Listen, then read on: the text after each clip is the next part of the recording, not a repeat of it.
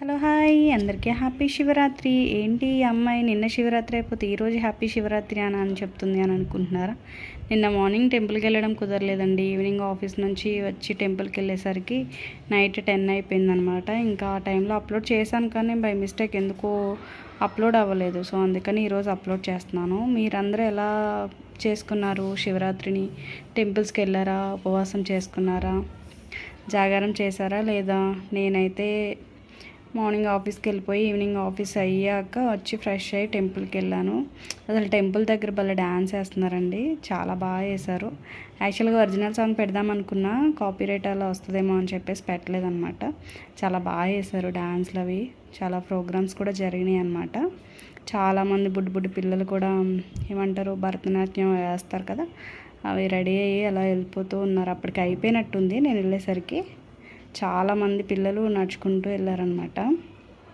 చాలా బాగా జరిగింది దర్శనం కూడా. క్రౌడ్ నైట్ టైం అన్న ఆ టైంలో కూడా చాలామంది ఉన్నారండి. ఎందుకంటే కళ్యాణం అది జరుగుతుంది కదా, జాగారం చేసే వాళ్ళు టెంపుల్స్లోనే ఉంటారనమాట.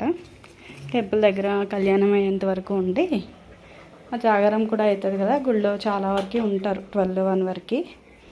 ఇంకా నాకు అంత ఓపిక లేదు, ఆఫీస్కి వెళ్ళొచ్చాను కదా, ఇంకా నేను దర్శనం చేసేసుకుని వచ్చేసాను అనమాట. మీరందరూ ఎలా చేసుకున్నారు? బాగా చేసుకున్నారా? ఆ శివయ్య అందరినీ మంచిగా చూసుకోవాలని దండం పెట్టుకున్నాను నేను కూడా.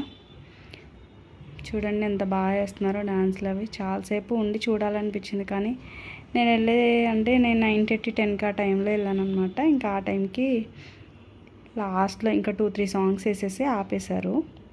ఇంకా ఆ టైంకి మేబీ కళ్యాణం స్టార్ట్ అవుతుంది అనుకుంటా. ఇంకా అందుకని స్టాప్ చేసేసారనమాట. అందుకే చిన్న క్లిప్స్ తీస్తాను అంతే. ఇంకేంటండి విశేషాలు? వీడియో చూసి వెళ్ళిపోకండి, ఒక లైక్ ఇవ్వండి ప్లీజ్.